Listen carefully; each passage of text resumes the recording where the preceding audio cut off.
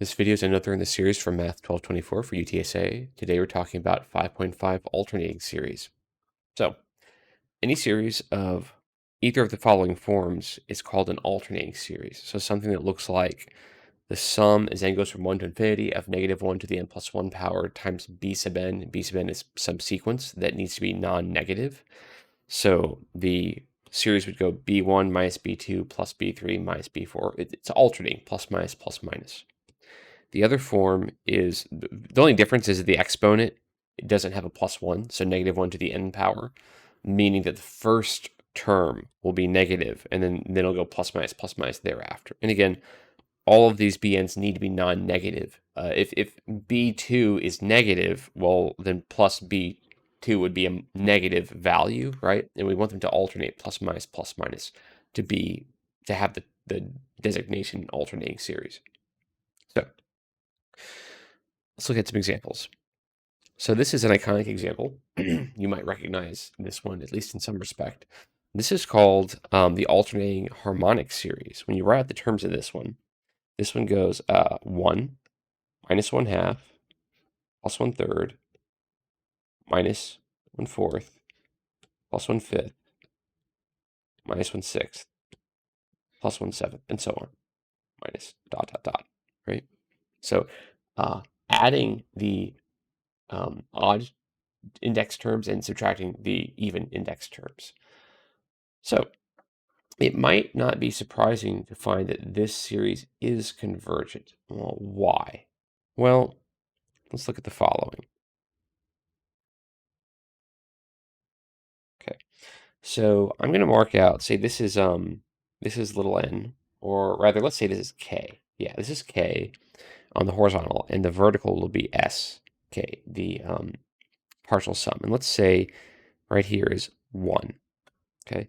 And then on the horizontal, 1 is not going to be over here. I need room there. So 1, 2, 3, 4, 5, 6, 7, 8, 9. Let's go to 10. So it's good enough.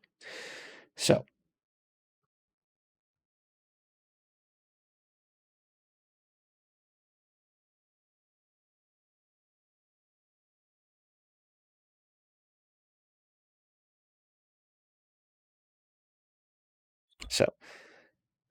S1 will just be the first term. So 1 would be the height value for that.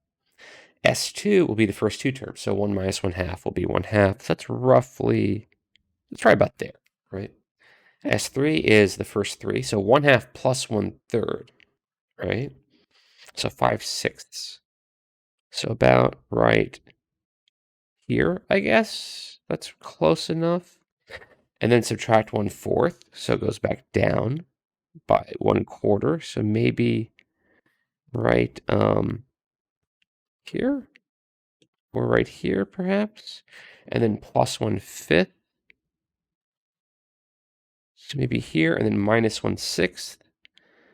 So maybe here, and plus 1/7, and minus 1/8, and plus 1/9, and minus 1/10, and so forth, right? I might have lost my count.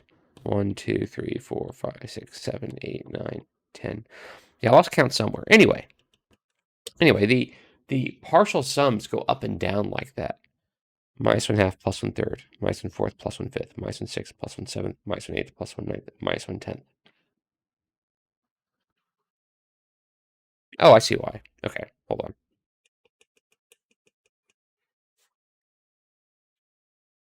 Okay, so at 1, we'll have a height of 1. Then at k equals 2, we'll subtract 1/2 to get S2, right? So right about there. Yeah, close enough. Right? Yeah, close enough. It's a little high. The picture isn't super important. And then to get S3, add 1/3. So maybe something like this. And to get S4, subtract 1/4. So maybe something like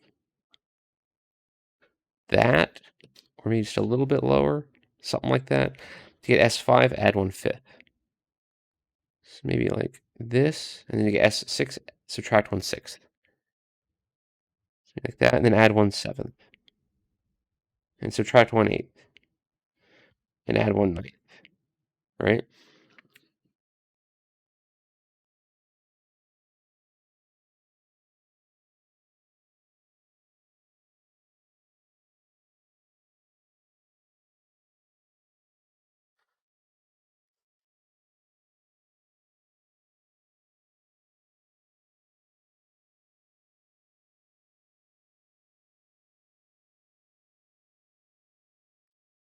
Okay, so to get S1, that would just be 1. So right here, S2 would be 1 minus 1/2. So right about there-ish. S3, I'll add 1/3. So maybe something like that. Maybe it's a little low. Something like that. Let's call that close enough. And then S4 will be minus 1/4 from there. So maybe like that. And to get S5, I add 1/5 to the running total. So maybe there. And S6, we subtract another 1/6. So maybe like this. And to get S7, we add 1/7. And then I'll subtract 1/8. Oh, that's off by a little bit. Yeah. Subtract 1/8, add 1/9, subtract 1/10. And you can see that each adjustment to get to the next partial sum, the amount of change shrinks as you go along. And so this is sort of settling in on some value, which we'll calculate in a second. Of course, since I'm doing this by hand, it's not perfect. It could be more accurate. But in any event, we get, like a straight line, and then I'll place it. We get something, something like that. So then the question becomes, well, what value is that this is settling on, right?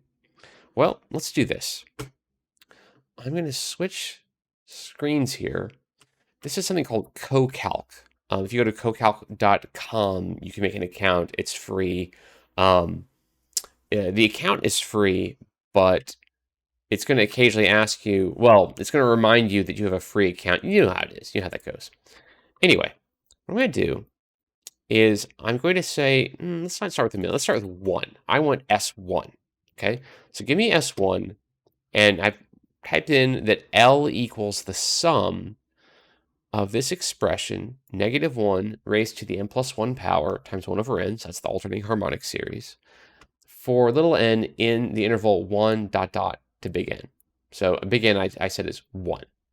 Now, L is just the value of the sum, the partial sum, and then L dot N is the decimal value. So I'll do Shift Enter, and it'll calculate both, which, will be 1.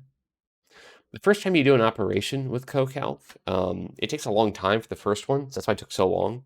If I do this again, Shift Enter, it just does it really quickly. Okay. If I say, oh, I want S2, well, 1/2 is S2, and there's the decimal version. If I want S3, there's 5, 6. If I want S4, if I want S5, if I want S6, if I want S7, or 8, or 9, or 10. There's S10. Okay, so 1627 over 2520. I'm going to start using bigger numbers, and I don't want giant fractions. I'll do one more to show you what I mean. If I do 100 terms, if I want S100, you can see this gets hard to read. There's the numerator, is that first half or so. And you can see the division symbol in between, right? So I'm going to get rid of L, and we'll just do L dot N to give me the digits. And it was only going to show me 10 decimal places. I could do more. So what if I want S1000? There's that, 0.6926474306. What if I want S10,000? Well, oh, I didn't increase. Yeah, I did. I'm sorry, 0.6930971831. What if I want S100,000? Take a little bit longer, but not too bad. 0.693144211806. If I do S1 million, it takes about a minute or so. So I'll go ahead and let that run. I'll probably do a jump cut, though.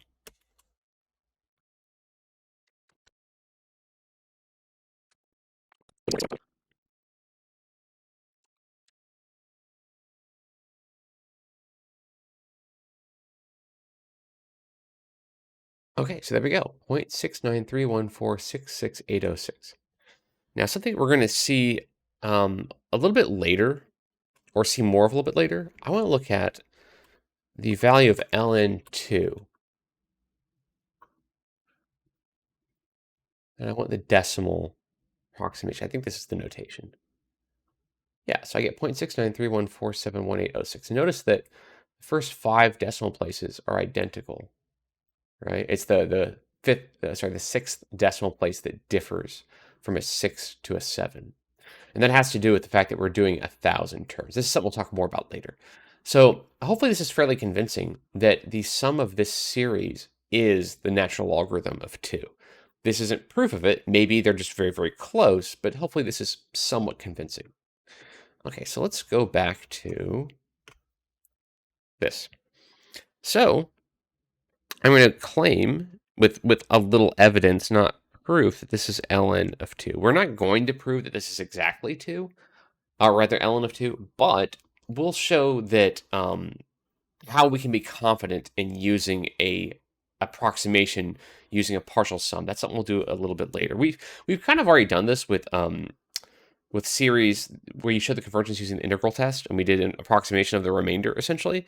Well, with an alternating series, you have a lot easier time, essentially, approximating the remainder, or calculating the remainder. Okay, so what's next? The alternating series test. So, an alternating series of either form converges if there is some big N in the natural numbers such that b sub little n plus 1 is less than or equal to b sub n for all little n greater than or equal to big N. Essentially that the terms decrease after a certain point. There's some tail where the rest of the terms decrease as you go forward. And also the limit as n goes to infinity of b sub n is 0. Okay, so as long as they're strictly decreasing and the limit is 0, then the alternating series is convergent. Okay, so let's look at an example of that. So let's confirm that this is an alternating series, right? So clearly it has this format. If I rewrite it, I can say that this equals the sum as n goes from 1 to infinity of negative 1, the n plus 1 power times 1 over n squared. So in this case, b sub n is 1 over n squared, okay? So this is an alternating series. Well, is it convergent? So is there some point at which, some big N, after which the sequence is just decreasing, strictly decreasing? You know, b sub n plus 1 is less than or equal to b sub n. Well, is there some point after which little n plus 1 squared is less than or equal to 1 over n squared? Well, if I flip both sides, I'll have, running out of room there, n plus 1 squared is greater than or equal to n squared. Yes, that is always true. If you take a number and square it, and then alternately take that number, add 1, and square the result, that's always going to be a greater result in the second case. And if I want to, I can distribute on the left-hand side and get n squared plus 2n plus 1 greater than or equal to n squared. Yeah, of course. You take some number, add 2n plus 1, you get a greater value. So this is a decreasing sequence, right? For its entirety, the entire sequence, not just a tail of the sequence. So we have to confirm that the limit is 0, right? So what's the limit as n goes to infinity of 1 over n squared? Well, I think it's pretty obvious that this is 0. So this converges by the alternating series test.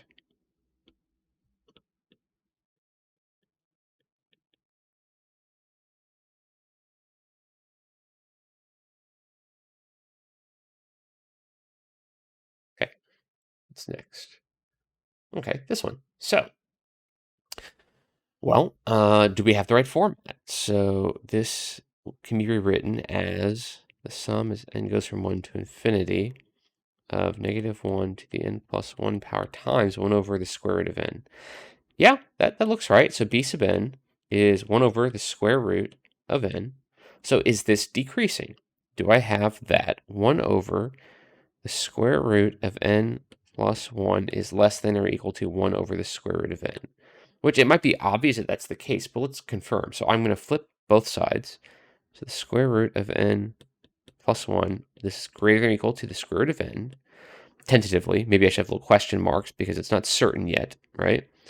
Well, how do I know if the square root of one thing is greater than or equal to the square root of the other thing? Well, if I only have positive values, there's no risk of having a negative involved. I can square both sides. So n plus 1 is greater than or equal to question mark n. Yes, that is always true. You add 1 to a number, the result is greater. So this is a decreasing sequence. Is the limit 0, the limit of the sequence?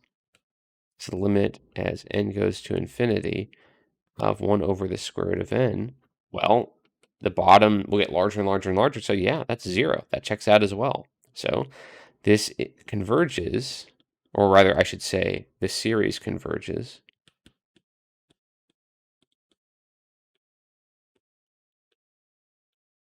by the alternating series test, which I guess alternating series test, we can abbreviate. That's fine. Okay, what's next?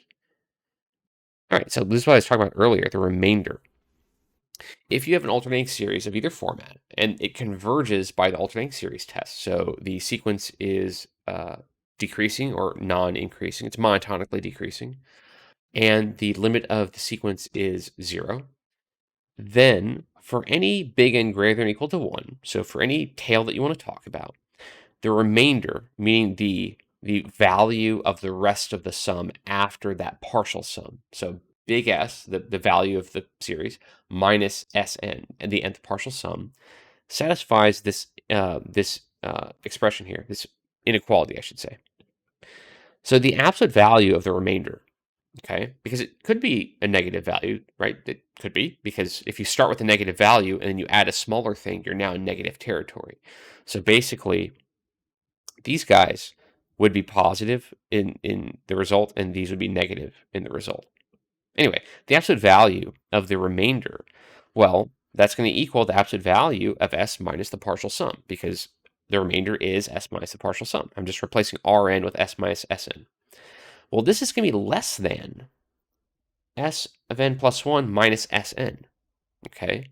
Why is that? Well, this guy, remember, in absolute value, well, think of it this way. These two guys, these two partial sums differ by one term in the sequence. Whereas big S, this is the value of the entire series. So it's going to differ by less. The value of the series will differ from one partial sum by less than okay, so one partial sum will differ from the value of the series by less than it differs from the next partial sum, because the difference each time shrinks, right? If we go back to this diagram, this point here is closer to that line we're approaching than it is to this one here, or this one here, right? Okay. Each partial sum is closer to the midline than to the two that are adjacent to it. That's always going to be true. I call it a midline, but it's the limiting value of the series, as the limit of the sequence of partial sums, I should say. So hopefully that's pretty clear that that's the case. This is just the value of the term n plus 1 in the sequence, right? S of big N plus 1 minus S of big N is B sub n plus 1. So the remainder, the nth remainder, is no greater than, it's lesser than the n plus 1, or I should say big N plus 1 term in the sequence, right? In the sequence. So the error in estimating big S with big S sub n, or big S sub big N, is at worst B sub big N plus 1. Okay, so the error in using a partial sum is no worse than using the next term in the sequence as well, it's no worse than the value of the next term of the sequence. So if the next term of the sequence is 0.001, then the partial sum up to that point is that accurate. Okay, or better perhaps. The error is no worse than that. So let's find the approximate error in using S100 to estimate S equals the sum of, as n goes from 1 to infinity, of -1 to the n plus 1 power all over it. This is the alternating harmonic series.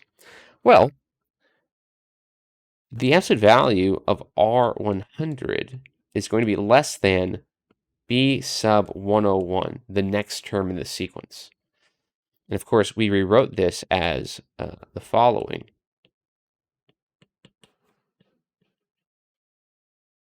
Okay, this is B sub n.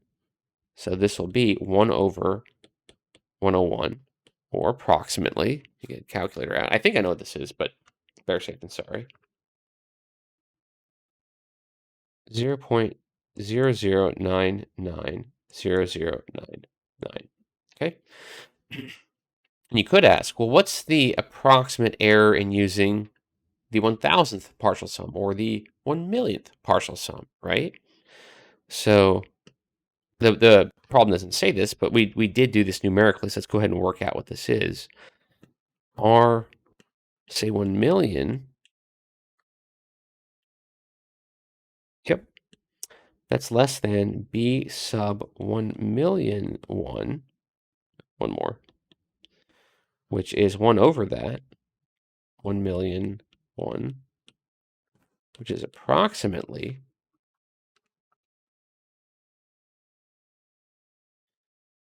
0.000001, 5 zeros and a 1, which is why when we went over here and we did 1,000,000 terms of the alternating harmonic series, and we get this number that matches to 5 decimal places. It matches this one. It's the 6th decimal place that is different. That's because, let me switch over. It's because that's the maximum error involved in using that as an approximation. So you can work out, if I know the precision I want in my approximation of the value of the series, I can work out which partial sum to use, and I can go have a computer do that partial sum for me, right? If I just have the computer do a partial sum with a big number, how do I know that it's accurate enough for my purposes? I might want to decide how many terms to use or which partial sum to use, and then have the computer do it afterward. And then I only have to have the computer do it the one time, right? What's next? Okay, let's find the approximate error in using S100 to estimate this one. Okay, so this can be rewritten as the sum as n goes from 1 to infinity of -1 to the n plus 1 power times 1 over n squared. Okay, so S100, okay, well, that's, R100. We'll talk about S100 in a moment. R100, well, this is going to be less than B101. So this is going to be 1 over 101 squared. So I believe that's 1 over,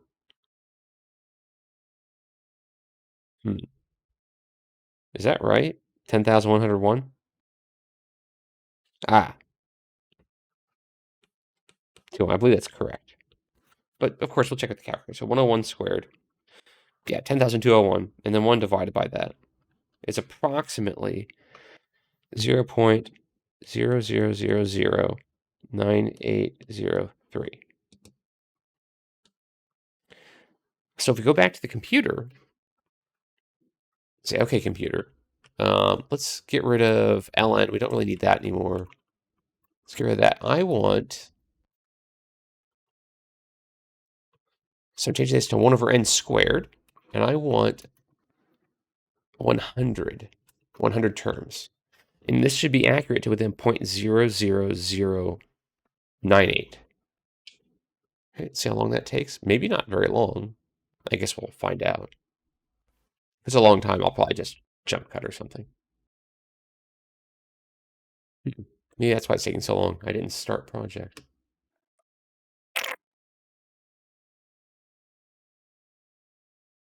Yeah, okay, so 0.822417534. So we should be confident that the first 3 digits for sure are accurate. So this is definitely 0.822. The 4, I guess we should think that might not be accurate because of the way rounding works, right? If we round, hold on, we have 3 zeros, and then we have a 09, which basically, when the computer did its rounding, it might have rounded up or down at some point. So I'm not sure that 4th decimal place would be accurate. So we can say that S is approximately 0.822 and be totally confident in that 3rd decimal place. Okay. Much like, I didn't write down the other one here. S is approximately. Okay. All right. What's next? Okay, absolute and conditional convergence. So this one is, let's say it's interesting. So given a sequence A sub n, there are three different kinds of convergence, essentially. So there's the first kind we've been talking about. If we say that this series equals some number, there's some real number that the series totals to, then we'll say that the series converges. Okay. If the absolute value of the terms, the series made up of the absolute value of the terms of the sequence converge to some other number, not usually the same number, but could be, it depends, but I'll call it L prime. It's potentially a different number. We'll say that the series converges absolutely. Okay, this is basically a stronger kind of convergence because it does not allow any cancellation at all. Okay, if the series without absolute value bars on it converges, but the absolute version diverges, does not converge absolutely, then we will say that the series converges conditionally. Okay, it depends on the situation. What do we mean by that? Well, um, basically, the convergence only occurs because of the cancellation. So remember I talked about the previously the harmonic series barely fails to converge because the terms don't shrink enough. Well, yeah, but if you throw a minus sign on every other term, now there's a bunch of cancellation and it does converge. So it converges due to the cancellation. But that's maybe a simplistic view of it. It's really more than that. If you change the order of the terms, it affects the convergence. Whereas for some series that converges absolutely, then changing the order of the terms doesn't affect the total value. But if there's a series that converges conditionally, it does not converge absolutely, but it converges normally, then changing the order of the terms changes the value of the series, which might sound weird. Like, how is that possible? Changing the order changes the total? Well, that's because infinity is weird, essentially. So we'll get to that in a moment. Absolute convergence implies, don't know how that happened, implies convergence. Okay, so if you show that some series converges absolutely, it automatically converges in the normal sense. Okay, you don't have to show both. So if you want to show convergence of a series, you could just show that it converges absolutely, and that's good enough. So in particular, if we back up a little bit, um, yeah, this one. This one, we did not need the alternating series test necessarily. We could have shown, oh, this converges absolutely, right? The absolute value of each term would be 1 over n squared, which is a p-series. So we could have said, well, this converges absolutely because it's an alternating series based on a p-series, therefore it converges. We don't need alternation necessarily because we already know about p-series. So let's look at this one. Determine the convergence of the series as n goes from 1 to infinity of -1 to the n plus 1 power all over 2n plus 1. So does this converge? Does it converge absolutely, or does it converge conditionally? Okay. And or, I suppose. Because if we answer the first two, the third one gets answered as well. So I'll start by saying I don't already know how this is going to go. I'm not totally sure. So what I notice is this does appear to be an alternating series. Okay, so the sum is n goes from 1 to infinity of -1 to the n plus 1 power times 1 over 2n plus 1. So in this case, b sub n equals 1 over 2n plus 1. And we could try doing any test that we want. We could try an integral test. We could try a direct comparison test. We could try a limit comparison test. If we wanted to show absolute convergence, then we could do that. And then the absolute convergence would imply convergence. But if I look at this and think, okay, does the series without cancellation, does that converge? Well, if I look at this one,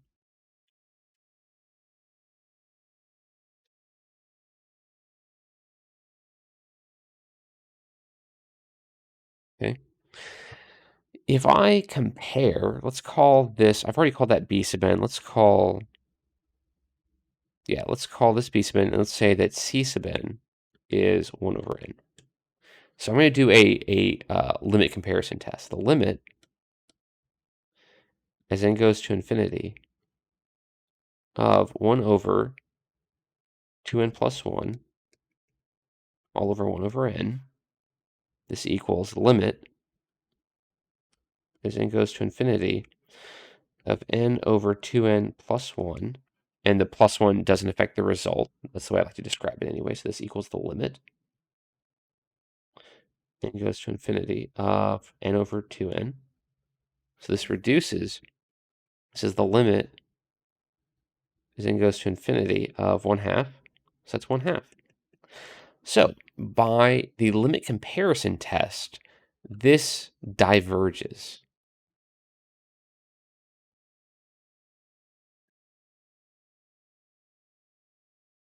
So since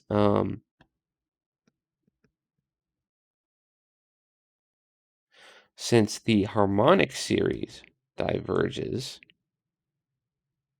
in fact, let's do this. Harmonic.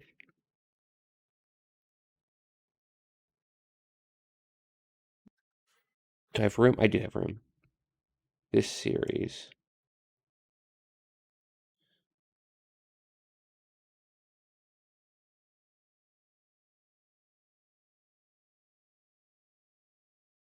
diverges,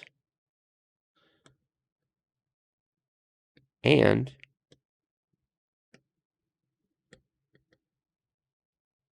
this series, the one we're talking about, does not converge absolutely.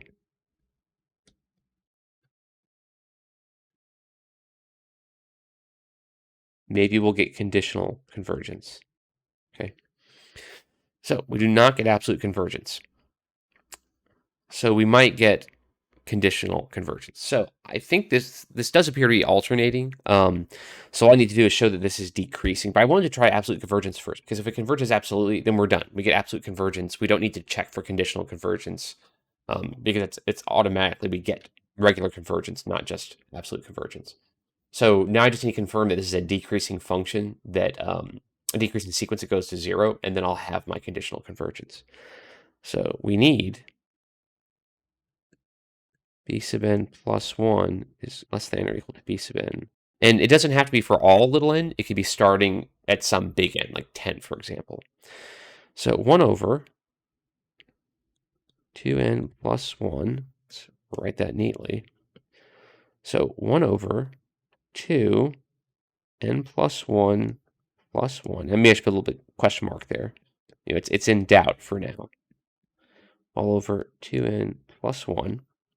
I will simplify this guy by making it 2n plus 3 on bottom. And I'll flip both sides as a second step. So 2n plus 3.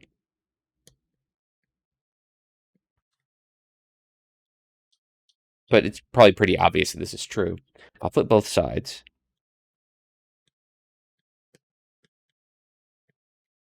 And subtract 2n on both sides. So yeah, that's true. So this is a decreasing sequence. Does the sequence go to 0? Which I think it's pretty obvious that, yeah, the denominator grows and grows and grows without limitation. So 1 over a huge number is basically 0. So basically, by the alternating series test,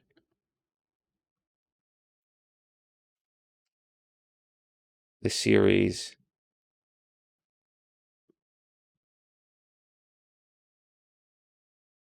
converges.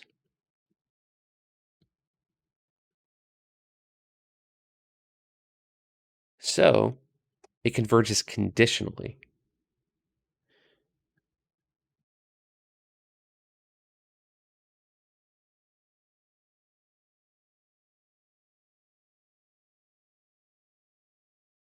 Which again might not make a lot of sense yet. We'll look at a particular example of how a rearrangement can change the value of the series, but we're just not there yet. Okay, how about this one? So determine the convergence of the sum as n goes from 1 to infinity of cosine n over n squared. Okay, so if I look at, do I want to look at absolute convergence first?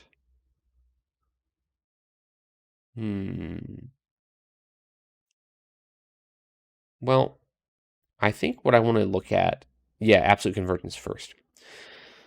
This is not an alternating series. There's no way to write this as negative 1 to the n plus 1 power times something. So that's not gonna help us. But we can maybe try to get absolute convergence. So let's consider sum as n goes from 1 to infinity of the absolute value cosine n over n squared, because cosine's negative sometimes, right? Well,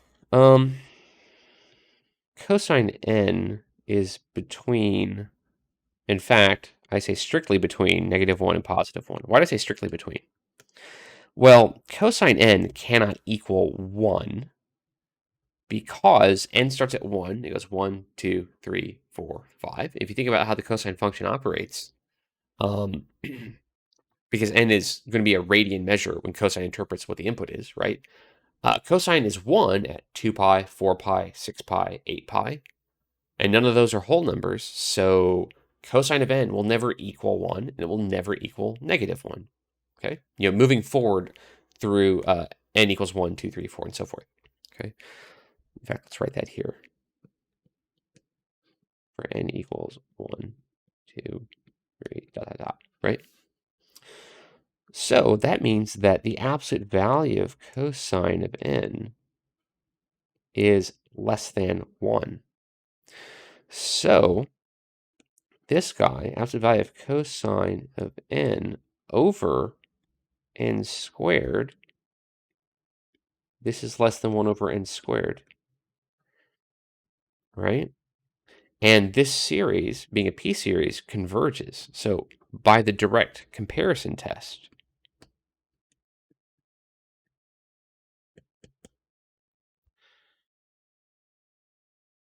since the sum n goes from 1 to infinity, and I just realized I have not been doing the nth term test for divergence.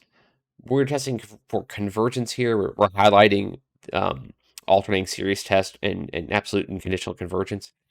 So I'm not bothering with the nth term test because, well, frankly, these are all going to go to 0 in the limit. So we're not going to get anywhere with that test on these. I'm not spending the time on it. Although in reality, we probably should be checking them. In reality, in the interest of thoroughness, we really ought to be checking them. But we're going to skip that because of time. So since this converges, oh, and also this is always non-negative, right? That's important. Since this converges, so it's a p-series, p equals 2. This series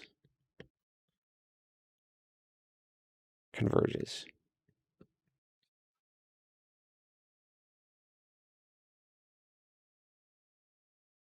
So we get absolute convergence. So this series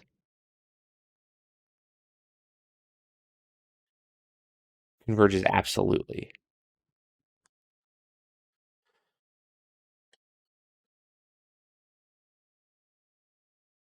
And absolute convergence implies convergence. So we've shown somewhat indirectly through the, well, perhaps ironically, we use the direct comparison test to show absolute convergence and therefore indirectly show convergence of the series.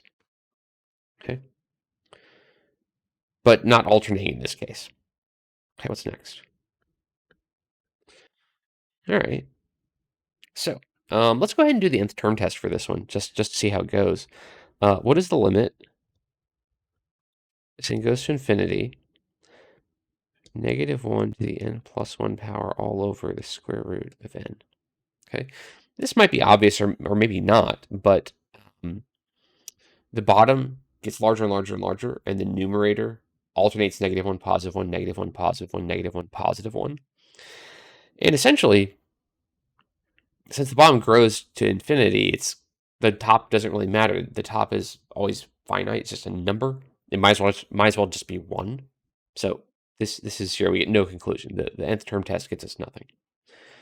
So this is clearly an alternating series. This can be rewritten as the sum as n goes from 1 to infinity of -1 to the n plus 1 power times 1 over the square root of n. Okay? And if I think about absolute convergence, yeah, let's do that first. Let's go for absolute convergence first. So that's going to be 1 over the square root of n, right? Well, we could try again the nth term test on this, but we're not going to get anywhere. The nth term test doesn't work on this one. We get no conclusion for this one. I'm again going to do, well, you know what? In fact, I don't even need to do that. I was going to do the direct comparison test again. We don't need to. I'm sorry, I was going to do the limit comparison test, but we don't need to. This equals n, 1 over n to the 1/2 power. This is a p series with p equals 1/2.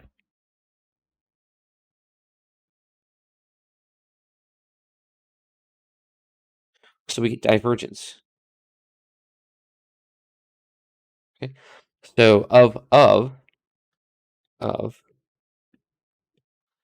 this guy, the absolute value version of this guy. So the series equals 1 to infinity, -1 to the n plus 1 power times 1 over the square root of n does not converge absolutely.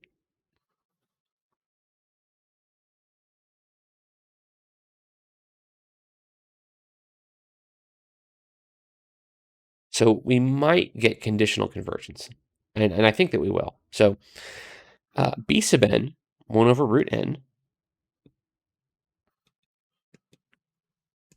I don't think we did this already. We did a similar one, perhaps? Anyway, I want to see if this will converge by the alternating series test. So we want that b sub n plus 1 is less than or equal to b sub n, at least with some starting value. So that's 1 over the square root of n plus 1 less than or equal to question mark 1 over the square root of n. And again, as before, it might be obvious at this point. Well, yeah, of course. I'm going to flip both sides. Square root of n plus 1 is greater than or equal to question mark the square root of n. Since everything's positive, I'll square both sides. Plus 1 greater than or equal to question mark n. Well, yeah, of course. I have a feeling we did do this one already. I'm going to go look.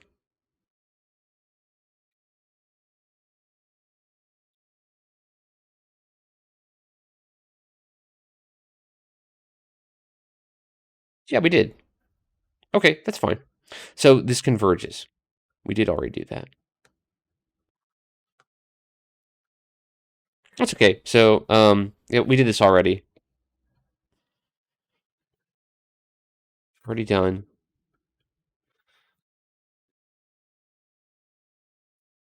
Converges by alternating series test. So this series converges conditionally.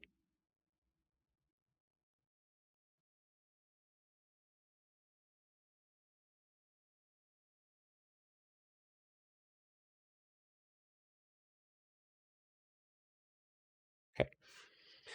All right. I think we have one more example. Yeah. Rearranging series. So this is the alternating harmonic series. And I've written out that this equals, or rather, ln of 2 equals 1 minus 1/2 plus 1/3 minus 1/4 plus 1/5, and so on, right? Hopefully you're willing to believe that ln of 2 is the value of that series based on the calculation that we did. We had the computer do for us, essentially. So I'm going to show you how you can get a different result, because remember, this converges conditionally, right? The harmonic series diverges, but the alternating harmonic series converges. So we have conditional convergence. So what we're going to do is this. I'm going to take this equation and divide both sides by 2. So I'll have 1/2 ln of 2 equals 1/2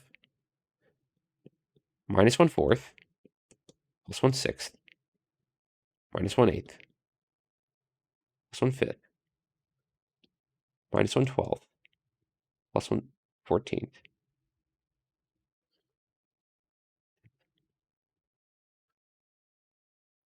Yep. 14th minus 1/16, plus 1/18, minus 1/20, plus dot, dot, dot. Now, what I'm going to do is I'm going to copy this one, and I'm going to write below it these terms, but I'm going to put some zeros in. I'm going to not change the order, but space them out differently. Okay. So on the left, I'll have 1/2 ln of 2 equals, and I'm going to put a 0 here, plus 1/2 because that's the first term here, plus 0 minus 1/4 because that's this one, plus 0 plus 1/6 because that's the next one, plus 0 minus 1/8 because that's that one, plus 0 plus 1/10 minus dot, dot, dot. I don't have a root, right? Now what I'm going to do is I'm going to add down. So on the left, I'll have 3/2 ln of 2.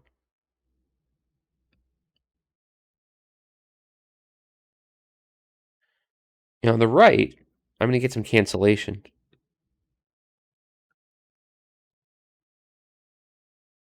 And I'll also get some combination.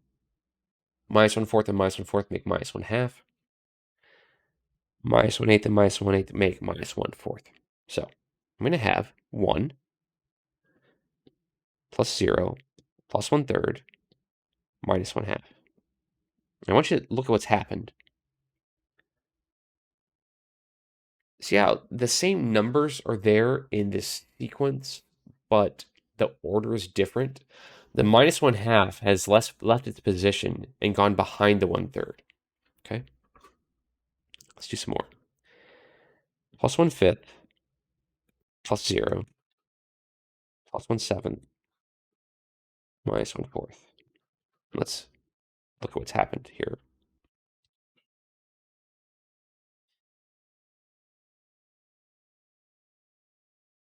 Now, it might look like the minus 1/6 has gone. It's actually just over here somewhere off the list. It's in the dots somewhere, okay? Notice what's happened with the minus 1/4. It was before the 1/5. Now it's behind the 1/7. It's moved 2 positions, okay? So the minus 1/2 moved 1 position to be behind the minus 1/3. The minus 1/4 has moved 2 or 3 positions to get behind the minus 1/7. What's happening is I'm shoving the negative values farther down the list, and I'm gathering more positive values at the beginning. Okay?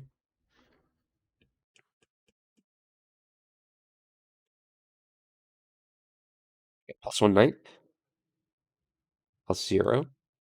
And maybe you can guess what the next term would be, right? But I'm just going to put plus dot, dot, dot. So essentially, and maybe this should be plus, not minus. No, I guess it should be minus.